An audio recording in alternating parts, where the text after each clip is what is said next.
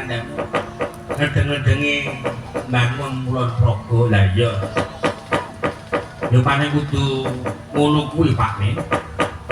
Ya sing tak suwun Kulon Progo kuwi bebas saka korupsi lan sing asta pusing adil ana ing Progo bisa ngrangkul marang kabeh warga masyarakat bisa manunggalkan manggaraso ayo bareng-bareng bangun Kulon Progo ngono Mak.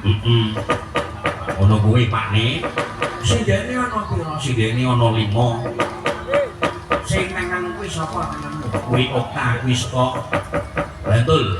Bambang Likura sarjana seni.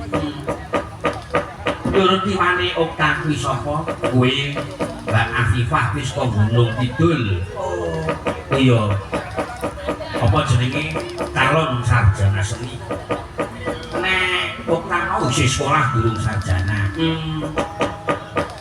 Saka Gunung Kidul Mbak Afifah jenenge. Heeh. Iya syukur. Ora kok Mak. Syukur. Yo terus kiwane kuwi saka kuwi Mbak Intan kuwi saka Sugan. Kulon Progo. Yo kiwane meneh kae sapa? Kae Dian kae saka Bambang Likura Bantul kae sarjana seni. Oh iya. Terus sing palikono dhewe kae sapa kae Bu Deni kae saka Plumbon Kulon Progo. Oh lah rak ngono. Ana 5 sindene. Oh lah rak ngono. Ya syukur matur nuwun. Wis padha tata-tata iki kanca-kanca. Iki ana sing ngersake gending. Ana sing ngersake gending. Saking remajan jubukan ingkang kursa kuwi Bapak Surya Kapuk kagem Bapak Suharjono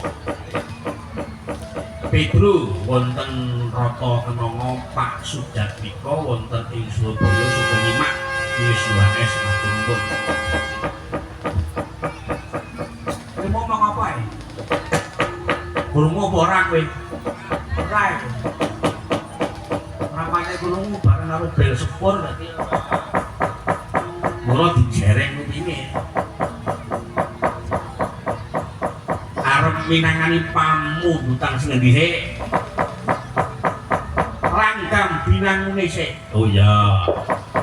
Langgam binangun.